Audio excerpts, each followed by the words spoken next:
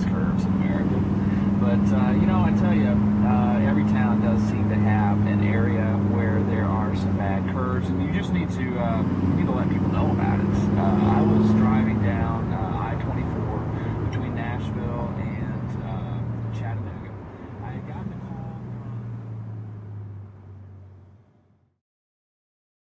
Unfortunately, it becomes really dangerous. The road in and in itself, for whatever reason, the allure to the road causes people to kind of push the boundaries that they shouldn't be pushing. They literally get in a zone and they think that they're on a racetrack, and unfortunately that causes people to push a little too hard, trying to show off for their buddies or even for themselves, and you know, there's no room for error there. You got a two-lane road, you got people coming at you, and cliffs on either side or an embankment. So the problem is people get up there, for whatever reason, they kind of zone out and they push it a little bit too hard, and yeah, there is unfortunately a lot of accidents.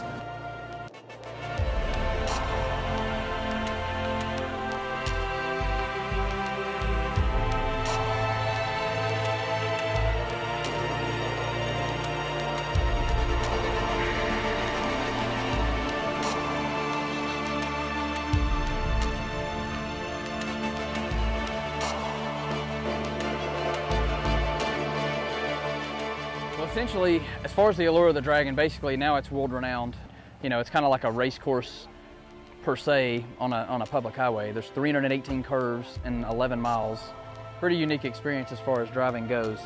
It's literally like being on a racetrack. You've got elevation changes, and obviously in 318 curves, you've got hairpins, you've got hard lefts, hard rights, and a lot of different dynamics with. And the fast guys actually would come up at the overlook and start a time trial from the overlook to the state line. And there's been a lot of people go off the sides of the mountains and not be found for a little while.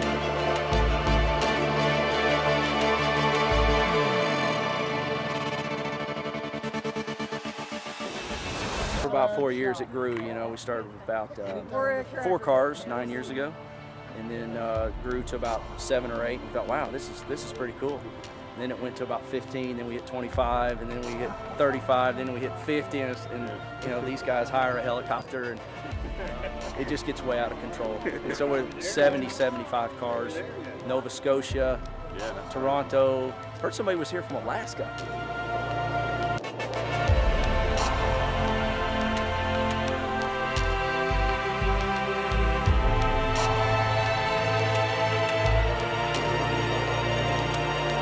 The reason I was attracted to the Dodge Viper was that it combined American muscle with European sports car handling, all wrapped in this really sexy, voluptuous body. And the other part I liked was it was so impractical that it wasn't a car that just because you had a lot of money you'd go buy it. You had to be a true car enthusiast to own it.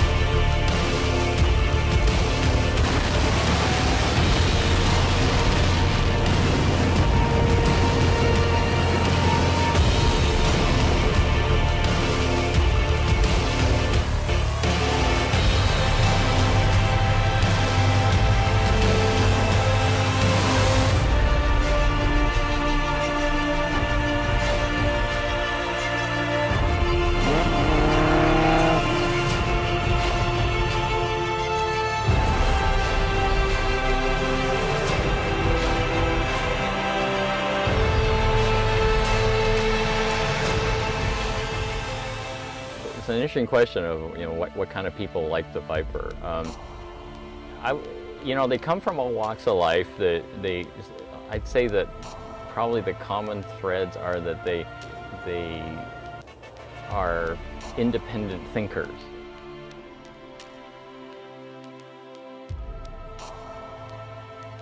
they want something different in life, and that goes to their car as well, is that, you know, you don't buy a Viper because you want to blend in, you buy a Viper because it's different and it stands out, and that reflects their personality too. They do tend to mostly be really serious car enthusiasts too. You know, it's not what I'd call a poser car. You got to really like cars to want this car, because it requires some skill to drive it, and, you know, let's face it, it's not a comfort car. It's not a. It's a driving machine.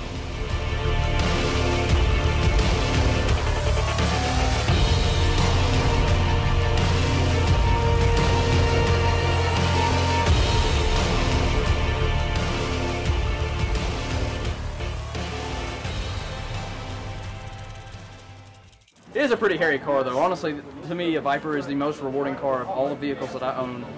It's literally the most rewarding car, because it makes you drive it. It makes you drive the car. If you do not drive the car correctly, it is going to bite you.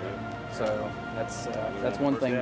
To me, that's the most rewarding thing about the car. I mean, it makes you earn it, but what you get in return is honestly unsurpassed handling. I mean, look at the ring time. That's the car.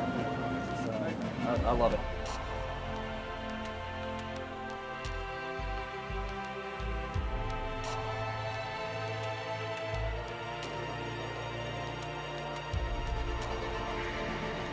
I'll admit I was a little nervous in the beginning heading up there after reading all the information, and I guess you can call it them putting the fear of the dragon in me. And I was so impressed when we got up there with the people, the cars, the friendships. It was like one big family. With the greatest memories was in 2012 when I brought my brother Michael with me on the trip. That was my second trip, and at the time he was battling brain cancer, going through all the treatments and the chemotherapy and everything involved with that. And he was kind of down and stuck at the house. He couldn't drive, he couldn't work, so I decided to bring him with me that year. And we went up a few days early like I normally do. We usually try to make a week out of it. And we just cruised through the mountains. We went to do all the scenic things. We stopped at some of the rivers and streams and just kind of hung out together that week. And he really enjoyed it. He felt like he was part of the Viper family, and everybody was accepting of him. And again, we made more friends that hopefully will last a lifetime up there. But just a few days later, Michael passed away from the cancer. And the Alabama-Tennessee group, when they found out, got together and actually framed one of the event t-shirts and mailed it to our family, which was amazing. I was so impressed by that. Like I said, those people that attend that event are like a family. And my whole family was so thankful for that, and it's definitely a great memory. So every time I go up there every year, I remember the trip with Mike. The trip is special in many different ways.